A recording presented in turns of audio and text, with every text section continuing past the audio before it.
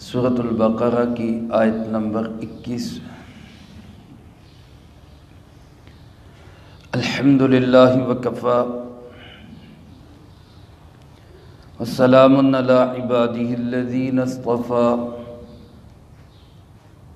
خصوصاً علی سید الرسل وخاتم الانبیاء وعلی آلہ واصحابہ الاتقیاء۔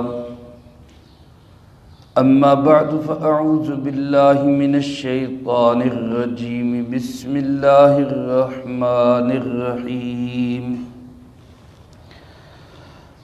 یا ایہا الناس اعبدوا ربکم الذی خلقکم والذین من قبلکم لعلکم تتقون۔ یا ایہا الناس، اے ساری دنیا کے انسانوں، اعبدوا ربکم، عبادت کرو صرف اپنے پروردگار کی، الذی خلقکم، جس نے کہ تمہیں پیدا کیا، والذین من قبلکم، اور ان لوگوں کو بھی پیدا کیا جو تم سے پہلے تھے، لعلکم تتقون، تاکہ تم بچ سکو۔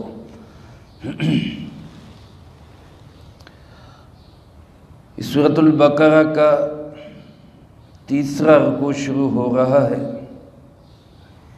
اس سے پہلے 20 آیات مبارکہ میں اللہ رب العالمین نے سورۃ الفاتحہ میں ہماری طرف سے جو ایک عرض پیش کی گئی، ایک دعا اور درخواست پیش کی گئی، اہدنا الصراط المستقیم، اللہ ہمیں سیدھی راہ پہ چلا۔ اللہ پاک نے اس کا جواب دیتے ہوئے گویا فرمایا کہ سیدھا راستہ ذالک الکتاب لا ریب فیہ، سیدھا راستہ دیکھنا ہے تو یہ قرآن کریم ہے جو شک و شبہ سے بالکل پاک ہے۔ پھر اس قرآن کریم کو اور اس راہ ہدایت کو اور سیدھا راستہ تسلیم کرنے کے اعتبار سے اور نہ تسلیم کرنے کے اعتبار سے انسانوں کے 3 گروہوں کا بیان ہوا۔ پہلی 5 آیات میں ایمان والوں کا ذکر ہوا جنہوں نے اس راہ ہدایت کو تسلیم کیا اور اس پہ چلے۔ اللہ پاک مجھے آپ کو بھی ان مومنین متقین میں شامل فرما دے۔ اس کے بعد 2 آیات میں ان لوگوں کا ذکر ہوا جنہوں نے علل اعلان اس پروگرام کی مخالفت کی، قرآن کریم کو ٹھکرا دیا، نعوذ باللہ من ذالک۔ اور پھر اس کے بعد 13 آیات میں ان لوگوں کا تذکرہ ہوا جو اپنی اغراض فاسدہ کی وجہ سے اور کم ہمتی کی وجہ سے علل اعلان اس کا انکار بھی نہ کر سکے اور اپنا بچاؤ کرنے کے لیے ظاہراً کلمہ بھی پڑھتے رہے، یعنی منافقین۔ تو گویا پوری انسانیت 2 حصوں میں تقسیم ہو گئی، ایک راہ ہدایت قرآن کریم کو تسلیم کرنے والے اور ایک تسلیم نہ کرنے والے۔ اس کے بعد اس آیت مبارکہ میں اللہ رب العالمین نے پوری انسانیت کو دعوت حق دی ہے، توحید کی دعوت دی ہے، اللہ کی طرف پلٹ آنے کی دعوت دی ہے۔ اللہ پاک ارشاد فرماتے، یا ایہا الناس، اے انسانوں۔ ناس کا لفظ تمام انسانیت کے لیے بولا جاتا ہے، اس میں پوری انسانیت مخاطب ہے۔ وہ مومنین متقین ہوں تو وہ بھی مخاطب ہیں، وہ کھلے کافرین ہوں تو وہ بھی مخاطب ہیں، اور وہ ڈھکے چھپے منافقین ہوں تو وہ بھی مخاطب ہیں۔ ساری انسانیت کو قرآن خطاب کر رہا ہے۔ میرے عزیز دوستو، قرآن کریم سے پہلے جتنے بھی آسمانی مذاہب اور دین تھے، کسی بھی آسمانی دین اور مذہب کے اندر پوری انسانیت کو خطاب نہیں کیا گیا۔ یا بنی اسرائیل یا قوم، یہ خطاب ہوتے تھے۔ عالم انسان کو اور پوری انسانیت کو خطاب صرف قرآن کریم نے کیا ہے اور جناب محمد کریم صلی اللہ علیہ وسلم نے کیا ہے۔ قل یا ایھا الناس انی رسول اللہ الیکم جمیعا، اے پاک پیغمبر صلی اللہ علیہ وسلم آپ فرما دیجئے کہ اے انسانوں، میں تم سب کی طرف اللہ کا رسول بن کے آیا ہوں۔ عالمی نبی، عالمی کتاب صرف اسلام ہے۔ پورے جہان کے لیے امن، آشتی، سلامتی کا پیغام صرف اسلام کے پاس ہے۔ بدقسمتی ہماری جو پوری انسانیت کی فلاح و بہبود کا نظام لے کر آئے، جن کے پاس موجود ہے، وہ تو اپنے آپ کو محدود کر گئے، ٹولیوں میں بٹ گئے، فرقوں میں تقسیم ہو گئے۔ انہوں نے اپنے آپ کو محدود کر لیا، اپنے دائرے سرکل بنا لیے، ہم اس سے باہر نہیں جائیں گے۔ اور جو یہودی اور عیسائی، جن کے مذاہب ہی محدود تھے، جن کے آسمانی دین ہی صرف قومی اور علاقائی دین تھے، وہ آج کبھی نیو ورلڈ آرڈر کے نام پہ، کبھی IMF کے نام پہ پوری دنیا پہ اپنا نظام چلانا چاہتے ہیں۔ میرے محترم دوستو، ہم مسلمانوں کو اپنی عالمی سوچ بنانی چاہیے۔ پوری دنیا کے اوپر اسلام کا تسلط ہوگا، اللہ کا نظام ہوگا، تو پھر ہی اللہ کی اس زمین کو سکون مل سکے گا۔ اللہ پاک مجھے آپ کو اس کی جد و جہد کی توفیق نصیب فرمائے۔ تو قرآن کریم مخاطب کرتا ہے، یا ایھا الناس، اے ساری دنیا کے انسانوں، اعبدوا ربکم، عبادت کرو صرف کس کی؟ اپنے پروردگار کی۔ کیسا خوبصورت جملہ ہے! اس میں ایک حکم بھی ہے اور پھر ساتھ ہی اس حکم کی دلیل بھی ہے۔ اعبدوا ربکم، عبادت کرو صرف کس کی؟ اپنے رب کی۔ کیوں صرف اس کی عبادت کریں؟ تو رب کا لفظ لا کر ہی اس میں بتا دیا گیا کہ اس کی دلیل کیا ہے، کہ تمہارا پالنے والا کوئی نہیں سوائے اللہ رب العالمین کے۔ تو جو رب ہے، عبادت تو اسی کی ہونی چاہیے۔ اب اس بات کو ایک عام سا عام آدمی بھی اس کا انکار نہیں کر سکتا۔ کوئی کافر ہو، کوئی مسلمان ہو، کوئی غیر مسلم ہو، کوئی مشرک ہو، کوئی موحد ہو، کسی سے پوچھیں کہ تمہیں عدم سے وجود میں لانے والا کون ہے؟ ہم نہیں تھے تو ہمیں کون لے کر آیا دنیا میں؟ ایک قطرہ آب سے جیتا جاگتا انسان بنانے والا کون ہے؟ ایک انسان اور بچے کی بچپن سے لے کر اب تک ضروریات پوری کرنے والا کون ہے؟ اسی کو رب کہتے ہیں۔ اسی لیے قرآن کریم نے یہاں اعبدوا الہکم کی بجائے، اعبدوا رحمانکم کی بجائے، اعبدوا رحیمکم کی بجائے اللہ کی صفت وہ ذکر کی جس کا کوئی انکار کر ہی نہیں سکتا۔ اعبدوا ربکم، عبادت کرو اللہ کی۔ کیوں اس کی کرو؟ کیونکہ وہی تمہارا رب ہے، اس کے سوا تمہارا کوئی رب ہے ہی نہیں۔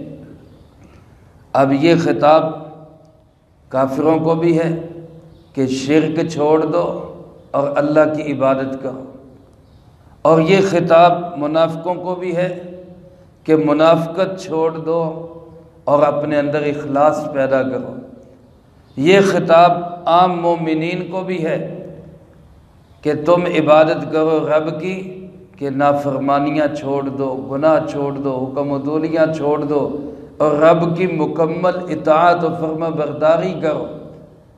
اور یہ خطاب اعلیٰ درجے کے متقین کو بھی ہے کہ اعبدوا ربکم، کہ جس ڈگر پہ تم چل رہے ہو، جس دین پہ تم عمل پیرا ہو، اور جس تقوی کی راہ پہ اللہ نے تمہیں چلایا ہے اس پہ استقامت اختیار کرو۔ تو گویا اعبدوا ربکم کا خطاب دنیا کے تمام انسانوں کو ہے۔ سب عبادت کرو صرف کس کی؟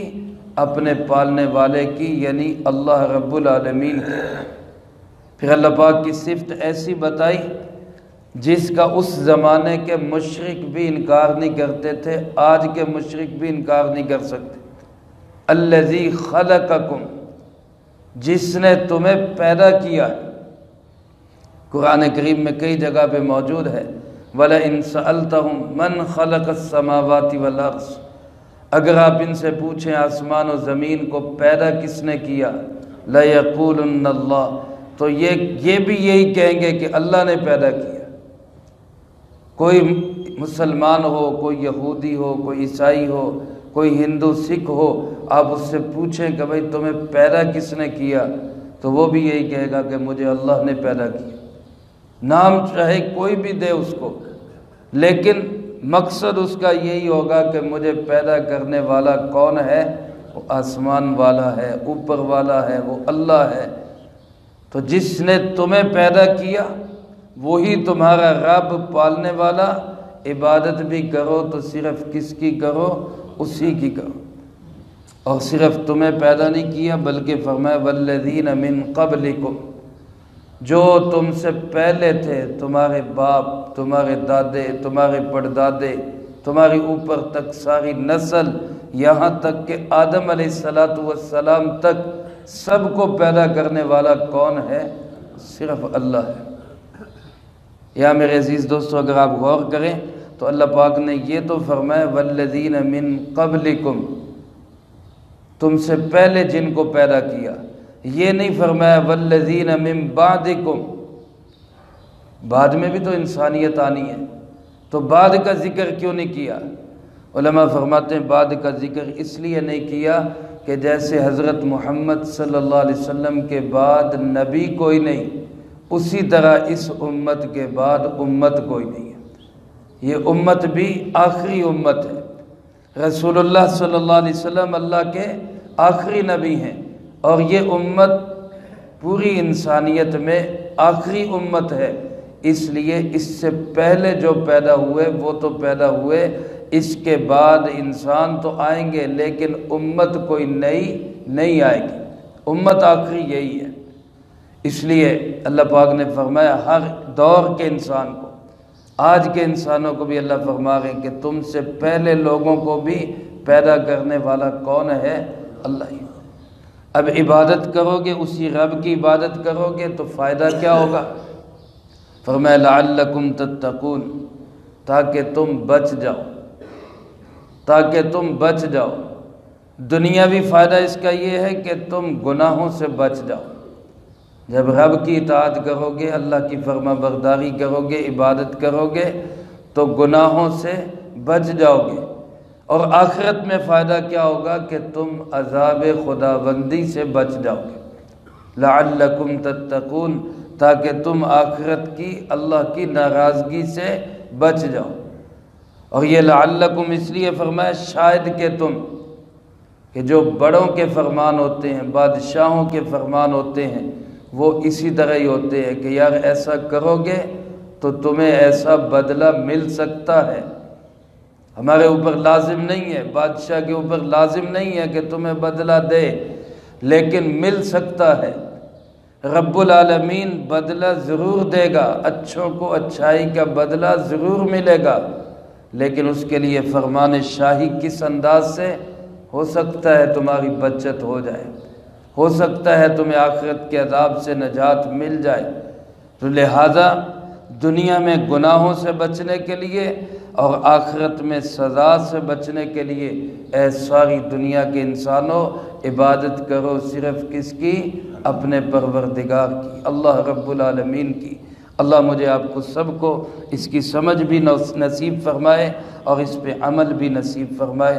جو کہا سنا اس کو زندگی میں لا کے دوسروں تک پہنچانے کی توفیق عطا فرما۔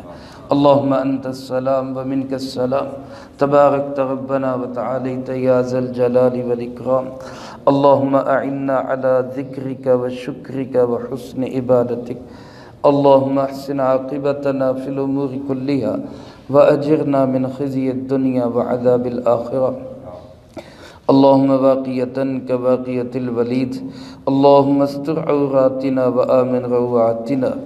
اللہم انا نجعلک فی نحورہم ونعوذ بک من شرورہم۔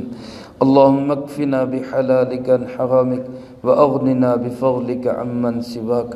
اللہم اکفنا کل مہم من حیث شئت ومن این شئت۔ رب اغفر وارحم وانت خیر الراحمین۔ رب ارحمہما کما ربیانی صغیرا۔ اے مولا کریم یا اللہ پاک، ہمارے فیصل آباد کے بزرگ بھائی عبداللطیف صاحب قضاء الہی سے انتقال فرما گئے۔ 10 بجے جنازہ ہوگا، آپ کے سپرد ہوں گے۔ اللہ ان کے ساتھ شان رحمت والا معاملہ فرما۔ اللہ ساری زندگی دین کی تبلیغ میں گزاری، اللہ اپنی شان رحمت کے ساتھ ان کا استقبال فرما۔ اے مولا کریم بلند سے بلند درجات نصیب فرما۔ اے اللہ پاک، ہم سب کو بھی اپنے دین کی خدمت کے لیے، تبلیغ کے لیے زندگی کے آخری سانس تک قبول فرما۔ اللہم ربنا ہب لنا من ازواجنا وذریاتنا قرۃ اعین واجعلنا للمتقین اماما۔ رب ارحمہما کما ربیانی صغیرا۔ اللہم ربنا تقبل منا انک انت السمیع العلیم وتب علینا انک انت التواب الرحیم۔ صلی اللہ علی النبی الکریم وعلی آلہ واصحابہ اجمعین برحمتک یا ارحم الراحمین۔